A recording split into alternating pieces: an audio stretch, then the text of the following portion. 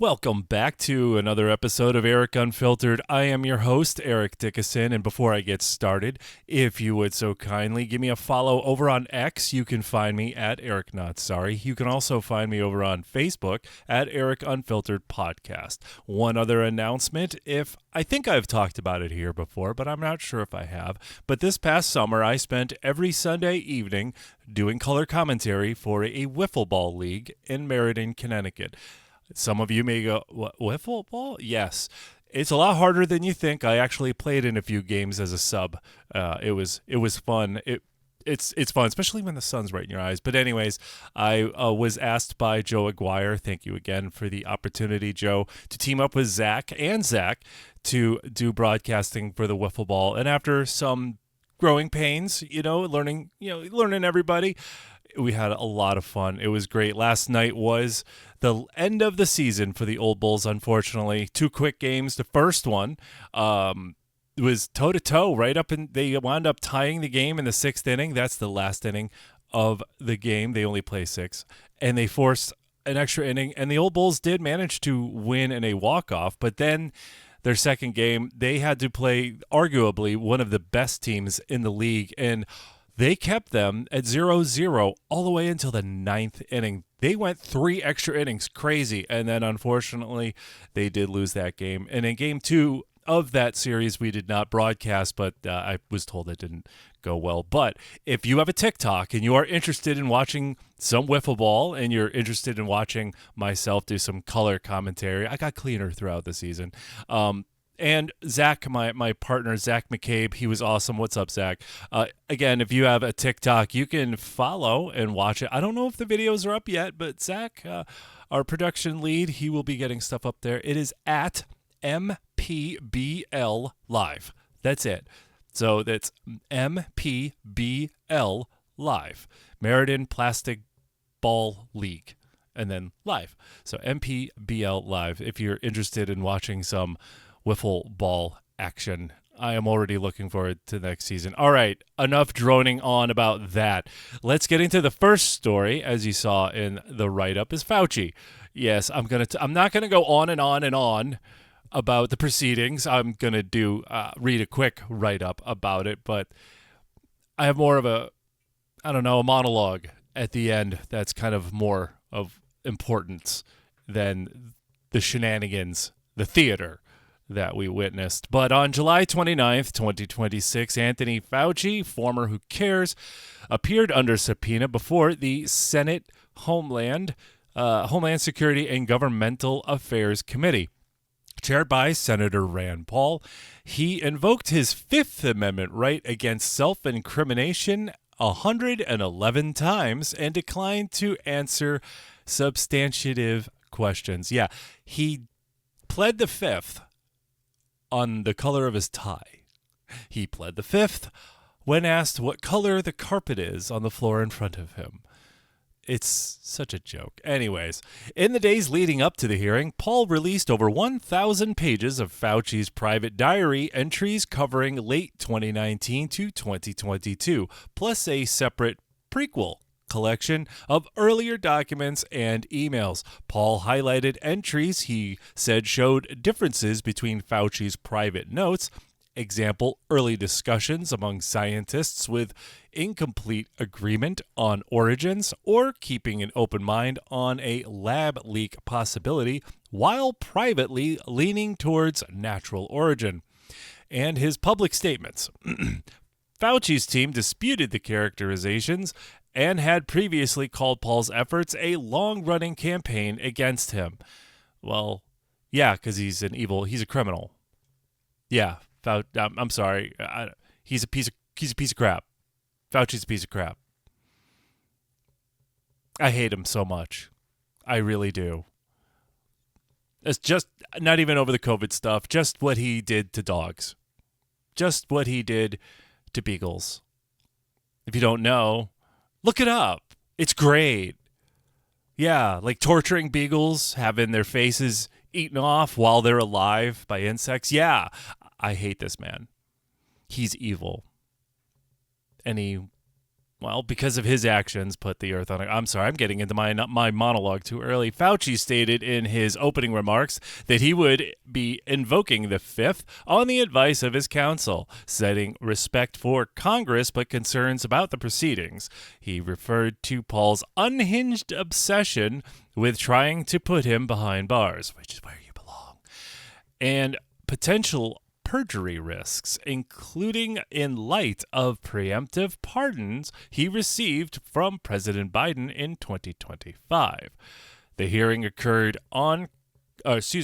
focused on COVID-19 origins, related research funding, and aspects of the pandemic response. Paul and other Republicans pressed these points. Fauci provided no answers. After the hearing, Paul and the committee agreed they would vote on August 5th, 2026, on a resolution to hold Fauci in contempt of Congress for refusing to testify. As of the latest available reports, the vote has not occurred. Well, yeah, because it's not August 5th yet, stupid. Now, I have heard some people asking, like, why? Why is this important? Why are they doing this? Nothing's going to happen. Nothing's going to come of this. And I agree. You're right. Nothing is going to come from this. And as I already said, Fauci's evil. He's an evil scientist. He really is. I don't think he's got any feeling, like empathy in his body at all. Again, look up what he did with beagles. And then look at what he did with the planet. I mean, this guy, he crimes against humanity, anybody? But it's not just the gain of function that he had his hands in and everything in the lie. It's everything that came after that. That's why this is important. Yes, this is theater. Sure, nothing's going to happen. Fauci's never going to do a day in jail. Please. He's laughing all the way to the bank. He made bank over this. So did his friends and Big Pharma, and we all know. We all know. So why is this important? Well, to focus that he was involved in the illegal gain-of-function research, the lies about the research, the lies about the lab, the cover-up of the lab, and the real location of where it all popped off. I mean, in the beginning, he gave real numbers of the like your survivability. It was pretty dang high, and then all of a sudden, oh no, like the whole planet's gonna die. I'm sorry, what? When did that? What changed? Oh, you like the cameras, you like the attention, and then he said, don't wear masks. Wearing a mask is pointless. It's ineffective. And then admitted later that he lied because he wanted to make sure medical personnel had enough masks. And then later said, wear 2 masks. Even after videos online showed that they were ineffective for everything. Hell, you didn't even have to see a video. You could go online and go, what is the size of the COVID molecule and what are the holes in the mask? And it'll tell you, yeah, it's like trying to stop a mosquito with a chain link fence. It's stupid. And even after all of that, and of course, we all remember the censorship online, but thanks, Fauci, you were involved with all that. And then, like I said, the dominoes started to fall. All the draconian laws that kicked in. Keep your kids at home. Thanks. Now we have we have a generation of kids that are developmentally stunted. Children that have issues speaking and understanding people. They have speech impediments, and they have a hard time detecting facial features because of these stupid effing masks and staying home. I guess the only benefit and the silver lining of keeping the kids at home is we got to see all the bullshit they were being taught in schools. I guess that's a little check mark for you there, Fauci. I mean, and all of they arrested surfers in California, folks. People were surfing alone in the ocean, and they got arrested. People were arrested on the beach walking their dog. They put sand in skate parks. Why? Children were the least affected by this, yet Fauci and his ilk forced and pushed vaccinations on people, only to find out, oh, now we can say it, the vaccine has killed people. It has caused blood clots. People have been injured by this vaccine for a freaking virus that was, by and large, not for everybody, of course, but the vast majority of the populace was nothing more than an odd cold. The reason why I say odd is because when I got it the first time, it was like a cold, but I've never had a cold take away my taste and smell. That was odd. But it was fine. And again, by and large, I'm like most people, pretty healthy. I mean, I was really freaking fat at the time, but I was fine. And now these forced vaccinations, force them on kids. The kids didn't need them. People didn't need them. Again, if you want to take whatever you want to take, that's fine. I'm not telling you if you took it, you're stupid. I'm not saying that. It's up to you to do you, boo-boo. Wow, it's been a minute since I've said that. But government was forcing it. Forcing it. People lost their livelihoods. People lost their homes because they lost their jobs because they didn't want to take or couldn't because of an allergy. I mean, the Offspring fired their drummer. What? Because he couldn't physically take it. He's allergic to the ingredients. So they fired him. People lost their jobs because of this. This is why this is important. So you remember this shit. Because all I keep hearing from some weird outlets going, well, there's going to be another pandemic. Yeah, we know. Welcome to Earth. It might snow this winter, too. But are you expecting one like in 5 years? I'm kind of curious. Is there something you know that we don't? This is why it's important. Yes, nothing is going to happen to Fauci. No. Nothing's going to happen to anyone involved. Nothing. I think the important thing is to keep your anger alive and to keep your eyes open and for you to remember that you could go to the strip club, but you couldn't go to church. You could go to Home Depot, but it couldn't go buy a wrench at the mom and pop shop because they shut down and they're not opening again. You can't go to this restaurant or that restaurant, or when you could, you had to wear a mask from the front door to your table, but then you could take the mask off. You see the insanity we live through, people? Thank Dr. Fauci and others like him. Yes, that's why this theater is important. Again, it's nothing's going to happen, but that's why it's important. To remember the people that immediately took this opportunity to strip your rights. Some of those laws are still on the books. Some of those policies are still on the books, depending on where you are. Remember, November. Moving on, we're going to do a little quick international news here because Spain invasion, if you haven't seen, Spain is being invaded, not the mainland, not yet, but it's coming. In late July 2026, an estimated 50 to 60,000 people, predominantly young Moroccan men, crossed from Morocco into Ceuta, which has the population of 84,000. So yeah, nearly doubling their population just like that by swimming around breakwaters using flotation devices or crossing on foot to the shoreline areas. So an invasion by sea. Got it.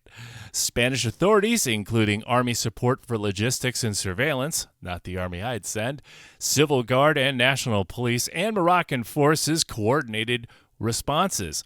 Most arrivals returned to Morocco voluntarily. That's what I got in this report, or via accelerated processes within days, while others try to hide from law enforcement. Well, yeah, they're escaping Morocco. Reception capacity was far exceeded. No kidding. Shops closed temporarily due to uncertainty.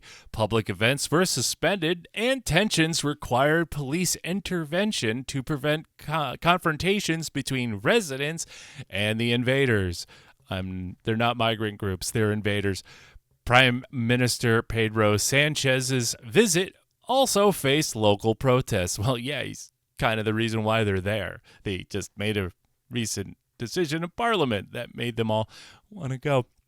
Okay, there have been deaths amongst those that were trying to cross to the little island there. Estimated 70 plus, somewhere between 70 and 100, with people stampeded and crush injuries that were near the barriers. Search operations continue for the bodies. Chaotic scenes included crowds in the streets and fires down by the coast. You can see videos of locals going after the invaders to get them out of their neighborhoods. Videos online also shows looting of businesses, attempts to enter home, people bathing in fountains, and shitting in the streets. I've seen the videos. It looks like San Francisco. Now, people have said, well, how does one stop this? Well, it's kind of easy.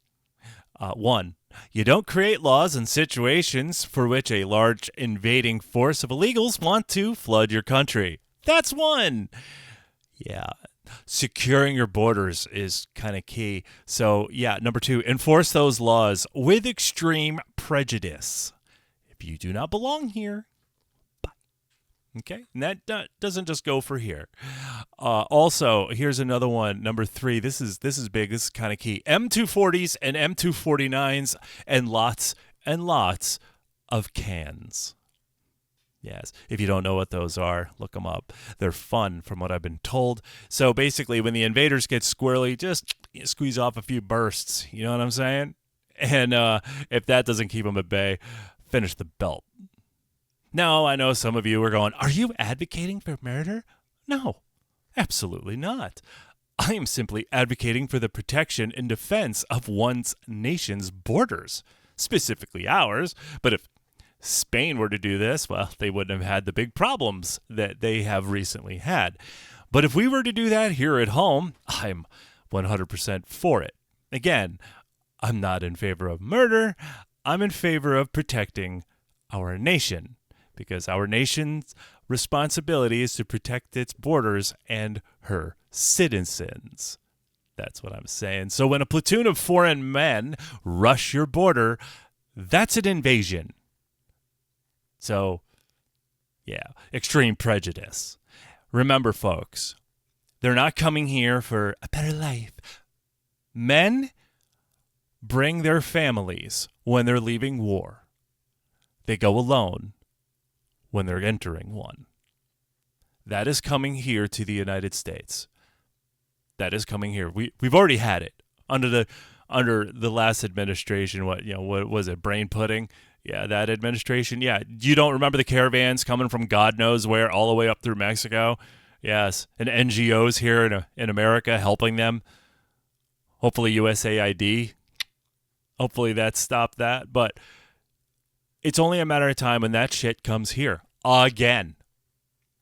Because eventually someone that does not believe in American values is going to be in the White House. It's only a matter of time. I mean, these commies are getting a lot of traction. The Democrat Party is not the Democrat Party you once loved. That's for sure. So could you imagine another 50 to 100 every couple of months coming through our border again? Bruh, that ain't good. Wake up, folks. Wake up. I mean, this is not a up, down, left, right, Republican, Democrat. This is an American thing. This is a safety thing. This is sovereignty. Do you want your kids standing at the corner, waiting for the bus, seeing a guy taking a crap, wiping his ass with his hand? No, you don't. Well, we don't want more of that. We already have enough of that here, right? San Fran, what's up? All right, moving on. We're coming back domestic here. We're specifically going to go to Idaho because there was a shootout at In-N-Out. On August 1st, 2026, a shooting occurred at a newly opened In-N-Out Burger in Twin Falls, Idaho. The gunman, now identified by police as 24-year-old loser Chad Williams, opened fire near the restaurant, including into traffic and the drive-through parking area, killing 3 in the process and injuring 7 others. Williams then died from a self-inflicted gunshot wound when the bullet went in and out of his cranial cavity, thus removing him from this mortal coil. Authorities stated he acted alone. Motive details were limited in initial reports. Among the dead was an In-N-Out employee, confirmed by company president Lindsay Snyder.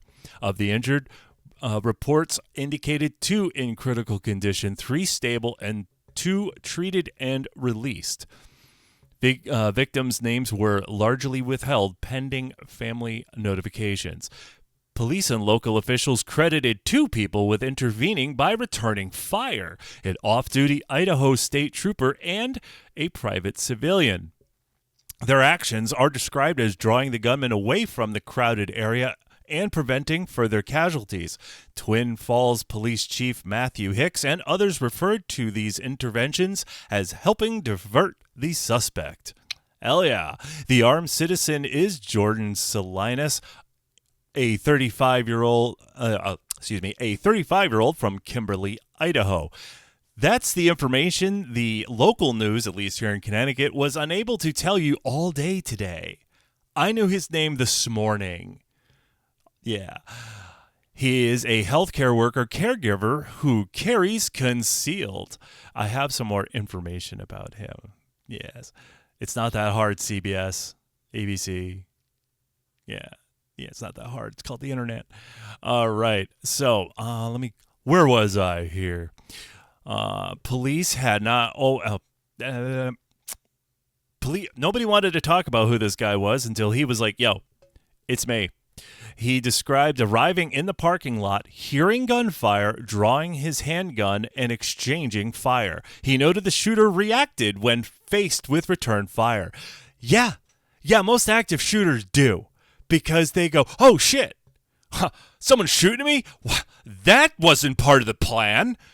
I was supposed to come here, do what I want, and be a martyr. And be a hero and live in internet folklore forever. Whoops. This wasn't, good guy with a gun.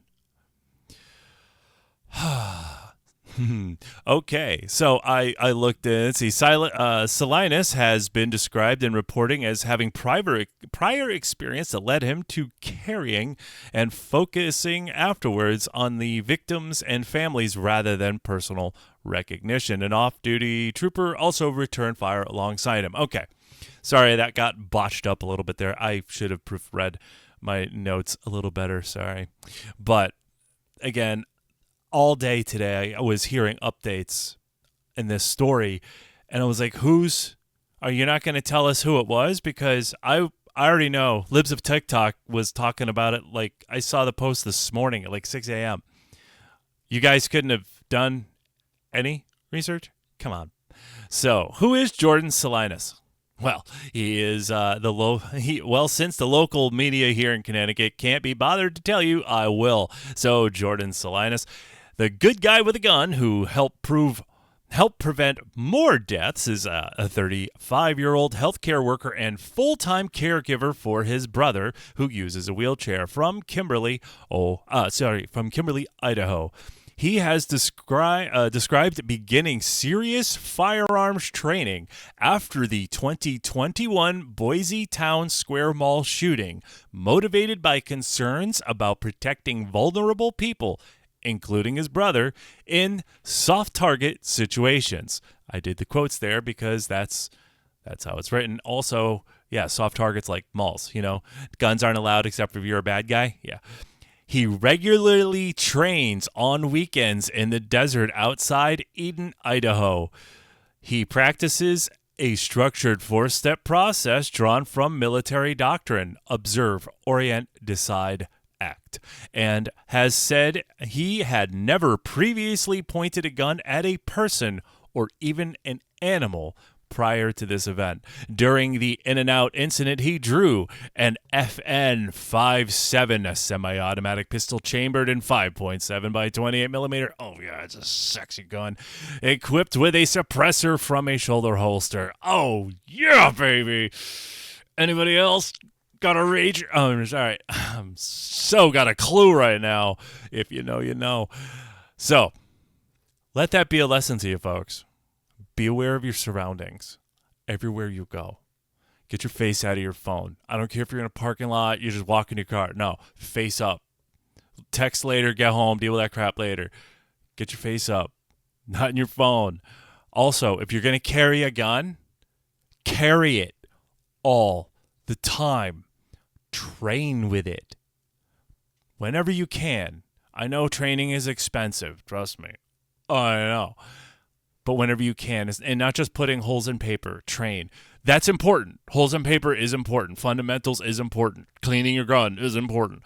But training is important. And buy ammo. Buying ammo is really important. I mean, yeah, having 62 guns is really cool. I mean, that is cool, but dude, you can only feasibly shoot 2 at a time. And you won't be accurate. It'll look cool. You won't be hitting shit, but ammo. Because you can have 62 guns, but if you don't have any freedom seeds to put in them, you ain't got shit. So let that be a lesson to you. Be aware of your surroundings. If you have a gun, train with it. Carry. Do, because otherwise, why are you carrying? What's the point? Right? Right. Oh, and for those of you real quick, because I am a gun guy and I love the guns, I know some people have thought about dabbling into guns, and maybe this situation that this guy experienced might tickle that nerve for you to jump in to the deep end. But real quick, some people have asked me, hey, Eric, if shit hits the fan, what kind of gun should I get? First off, shotgun. 12 gauge preferably because it's most common. Otherwise, 20 gauge because it's softer on the shoulder. But go with what's more common. You would want, if the shit hit the fan, you definitely want a semi-auto rifle. So yeah, an AR, an AK, an SKS, anything that can rain hell down range quickly, as quick as you can. The bigger the mags, the better. Caliber, something common. 7.62 by 39, 5.56, 223, anything common because nobody's making 303 British when shit hits the fan. Bolt action rifle, same kind of thing. Common round. It's for longer range, and then a common handgun like a Glock. I mean, look, I'm a 1911 guy. I love 1911s, but if shit hits the fan, I'm not carrying a 1911. One, it's too damn heavy. Two, 45s are probably not going to be as regular as 9mm. And if things are going to break, folks, and if machines aren't making new guns and gun parts, you're going to have to Lego this stuff together in a worst case scenario. So Glocks are the most common. They're the belly button gun of the gun world. So if you need a spring, you'll find one. So that's my 2 cents. What say you? I'm going to wrap it up there. I don't even know how long this has been, but it's been long enough. The next episode, I'm probably going to get some Connecticut news because I just have a feeling something's going to happen besides this tremendous weather that we have had. And tremendous, I mean by gross. Anyways, thank you for tuning in and checking out this episode. I really do appreciate it. And again, if you could go over to X, find me at Eric Not Sorry. That's Eric with a K. ERIK, Not Sorry. And on Facebook at Eric Unfiltered Podcast. And once again, thank you for checking this out. Until next time.